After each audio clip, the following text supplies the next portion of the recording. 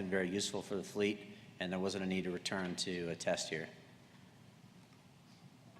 Okay, so moving on to our evaluation on the ship. We'll talk to the system and task description very shortly. The system itself that we're worried about is the helmet, and we've got a decent breakdown of that in the next slide.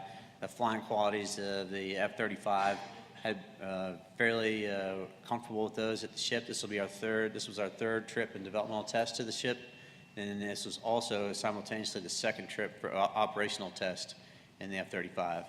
So the performance of the aircraft in the STOVL environment is fairly established, and we're comfortable with its ability to take off and land during day and night conditions, unaided.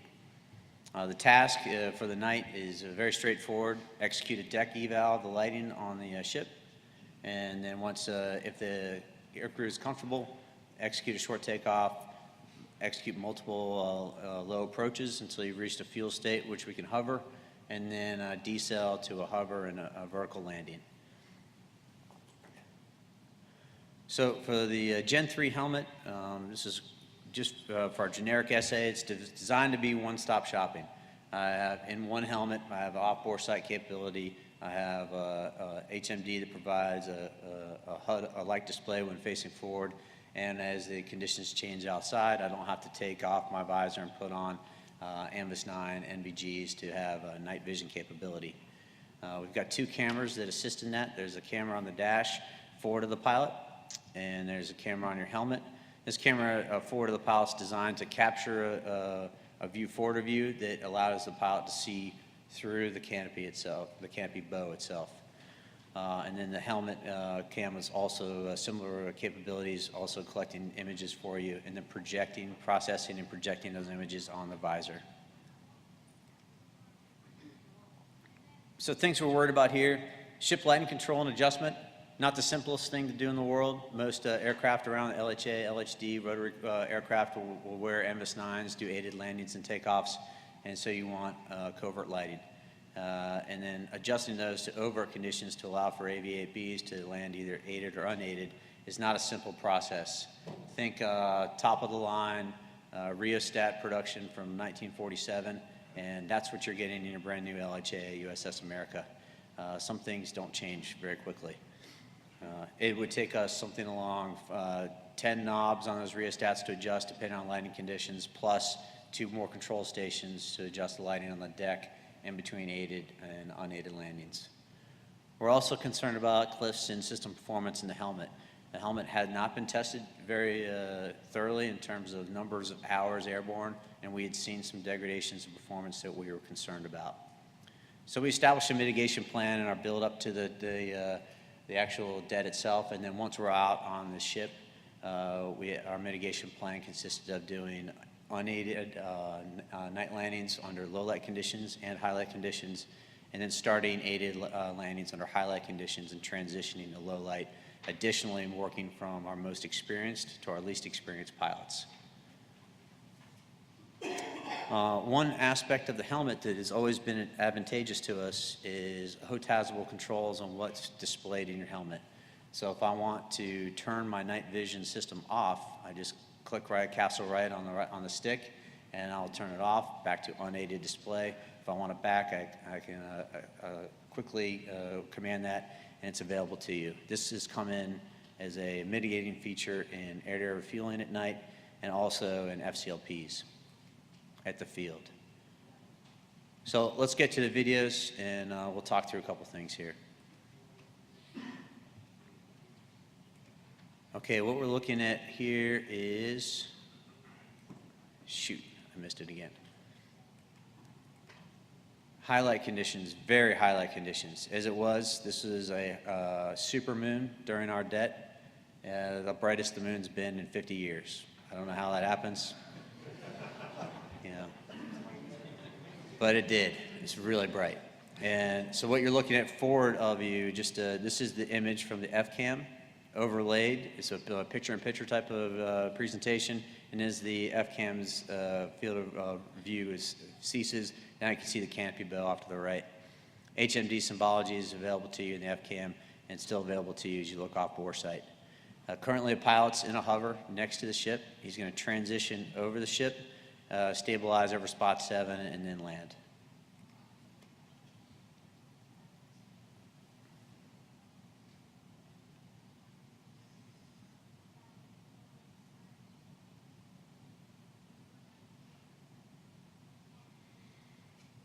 And my apologies, I falsely advertised he was going to land. He did land. We cut it out of the video because it wanted to minimize time here. But you can see the image, it's pretty good. Very easy to tell where you are relative to the ship's tower and where you are relative to the tram line, the center of the landing area. Keep in mind as we look at these videos, this imagery where we record in the aircraft is a little bit better than what you see in the helmet. So the next night after that, we flew again, super moon, and transitioned into low light. And the following night, we were at low light, and it was slowly, the moon was starting to come up as we started our test. And this will pick up with the pilot has taken off. Now he's done multiple low approaches, and he's approaching the landing area from the stern. So a couple of mitigations that we added on is to do a straight in approach over the stern of the ship instead of transitioning from just left of the ship over the landing area.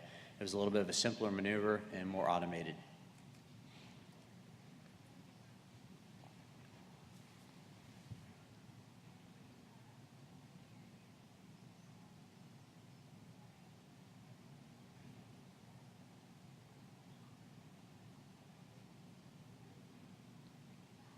So the imagery is obviously a little bit different here. And he's slowly approaching forward. You can see on the rad out, he's a little bit lower than he normally would be. Normally be like more like 40, 50 feet here. And he's looking down at the right, trying to establish where he is fore aft on the ship. That's the tower itself, where the LSO sits.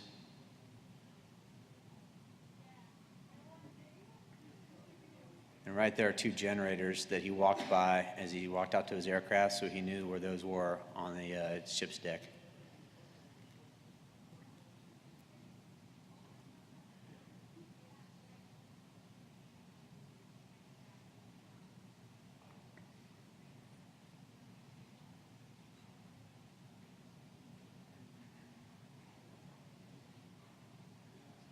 And now he's landed. I think his words after that were something along the lines of, "Control, you're going to have to give me a compelling reason to do that again." There were some other words later on that day. I do have another video here. It's going to take us right up to the end, but I think I can get through our conclusions fairly quick. These are comments, interviews with members of the control room there, and we'll get to why this is relevant. It'll be fairly Champ got into the jet and started doing a startup, and once he got started up and was flipping through MVC to kind of see how it would look, he started giving us his comments on how he thought the MVC was performing. By the time he got the deck lighting set how he wanted to with Pryfly's assistance, he was comfortable with the conditions that he was stowing off in. As the control room engineers, when we hear that, we default to pilot's comfortable, he's a test pilot, he's experienced. So a lot of what we're paying attention to are his comments about how the night vision camera impacted his ability to do the task of flying the airplane. As soon as he took off and the way he talked, I was like, this is not good. There is something obscuring my HMD, was the first one I heard. I'm like, this doesn't sound like anything we've heard to date with the night testing we've done on this detachment. It was almost like a fog for him. So, he got up and out and went up and started kind of troubleshooting that. And, at that point I became uncomfortable and I was waiting for, what do we do next? The fact that he kept referring to it and it was a frequent thing and it wasn't something that was just like a momentary glitch. It was something that was there and it wasn't going away. I think that's when we realized that it wasn't quite what we were expecting to have happen. This is the point where anytime I talk about it, I start getting the heebie-jeebies, hairs on the back of my neck start standing up. So once he got into the hover and had crossed over the spot, it became very clear that the picture he was working with was unsatisfactory for doing any sort of operation in the very close vicinity of the ship. Okay, I'm going to stop it there, but you guys get the point. They knew in the control room something was not right.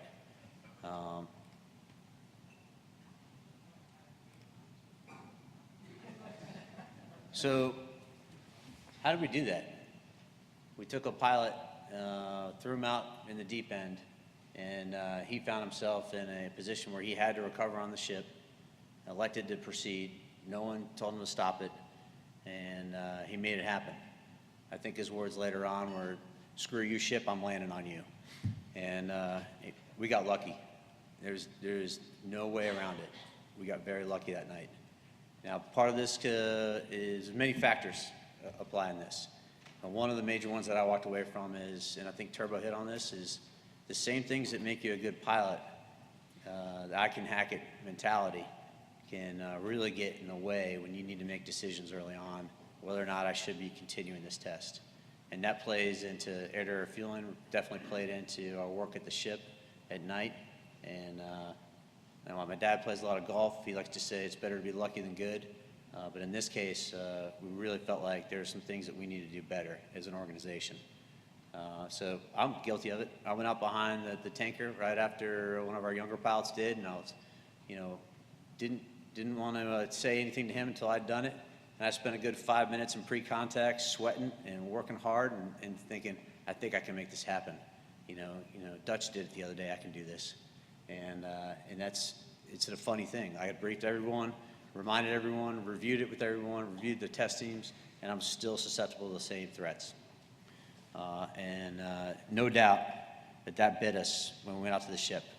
That pilot was seeing some stuff that was unusual, difficult to interpret, and yet he still elected to continue with the approach. And our test teams saw some indications inside their control room. They were worried, but we didn't clearly communicate that on the radio. So there was some interesting stuff there. What are we walking away from? I think it's really important to build a flight test continuation game plan that has a quantifiable cross-check. So allows you to objectively assess how we doing. Are we doing as well as I think we are? Does my, do my personal traits, that may get in the way, are they still are they still an advantage to us? Practice communication and training. Communication is not easy. It's not easy for an engineer 2 years out of school to raise his hand and say, hey, this flight test event that we've been working 14, 16 hours a day on, there's a lot of pressure to complete, and we're out here on the ship. I want you to stop everything you're doing. It's not an easy thing, but if you practice it, it makes it a more likely condition to occur. And identifying better timing. In both conditions, I think we had decent timing identified in air-to-air fueling, and the shipboard event, that decision should have been made well before decelling to the hover. And we didn't provide them with quantifiable tools saying, hey, if you can't identify certain aspects of the ship on the downwind, then we're not landing. We obviously did after that and restricted ourselves from conducting any more aided landings. And then acknowledge that, hey, the same things that make us good pilots can also make us bad testers. So I think that the ability and the willingness to hack it has gotten me through OCS, it's gotten me through flight school, got me qualified on the carrier the first time. No kidding, rolling in behind the back deck of a big deck carrier in a T-45. I didn't think this was going to work out well at all, But I was like, I think we can do it. My buddy just did it. I've been doing it in practice. I'm going to do it now, and we made it happen. That same thing, that can come back and bite you. So I think it's good to be aware of it, and the awareness of that is perishable. It goes away. All right, I went over my time successfully. Most of us stayed awake. Are there any questions for me?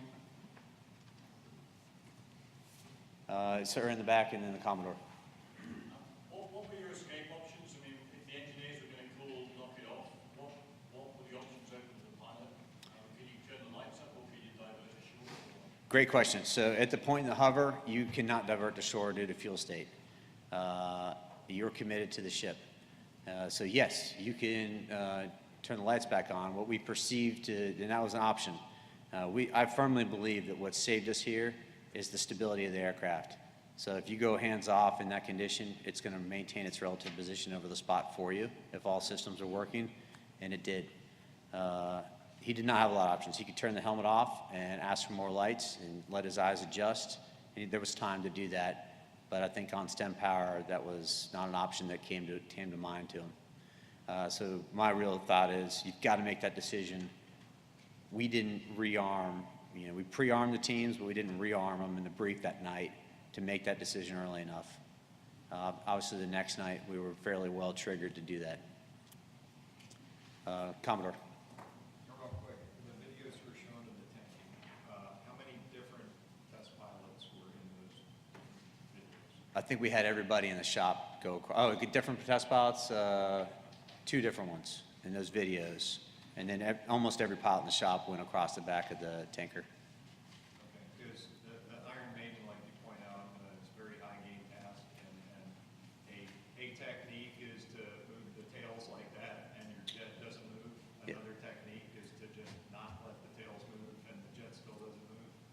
Yeah, that first pilot you saw was a high gain pilot. He got the award for saturating the controls more than anybody else.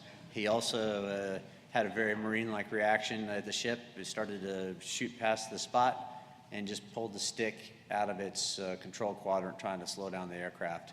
So you want him on your football team, and he's also a good high gain tester. And those points were all high altitude,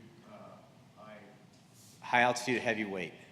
So the biggest challenge is really transitioning through the turns and then finding those conditions where it's just not workable at all, which were actually easy to find with the KC-135, not an autopilot. Sir? Probably didn't need a JSF behind that. You could have proven the same thing with the Hornet. Or a similar lesson. I think so. We were really hoping to avoid that, you know, to find a corner in the tanker like that. Again, you're getting lucky not to have anybody hurt. And we've all seen, anybody who's plugged along the Iron Maiden knows the cliffs are steep, and they generate a lot of fun stories once everybody's on deck. Along those lines, are you putting anything in the test monitoring or on the jet to tell the pilot he's getting the rate limiting and he's saturating your control system? Well, I think that's exactly what the control room's for. They are monitoring your control inputs and your flight control conditions. No. No knock it off call. Yep, that's exactly. Bingo. And that's one of the major learning points from this is, man, our test team communication with the test pilot broke down. Question, you pointed out that there was miscoordination between the pilot making a corrective action and the boom operator. Did you guys come up with some sort of enhanced communications to avoid that? No, and this is, I don't give you this could be a long answer, but the Air Force is boom operators are not going to change the way they conduct their work to satisfy a fighter pilot's input. I can tell you that from many transpacks and discussions on Wake Island. Hey guys, how about stop moving that boom? And they're like, nah, it's just the way we do it. So no, I don't think that's not a battle I want to fight because it's not going to change the way that the F-35 tanks on the 135. Does that make sense? Let's defer any other questions until panel discussion, if we could, please. Round of applause for Lieutenant Colonel. Thanks for your time.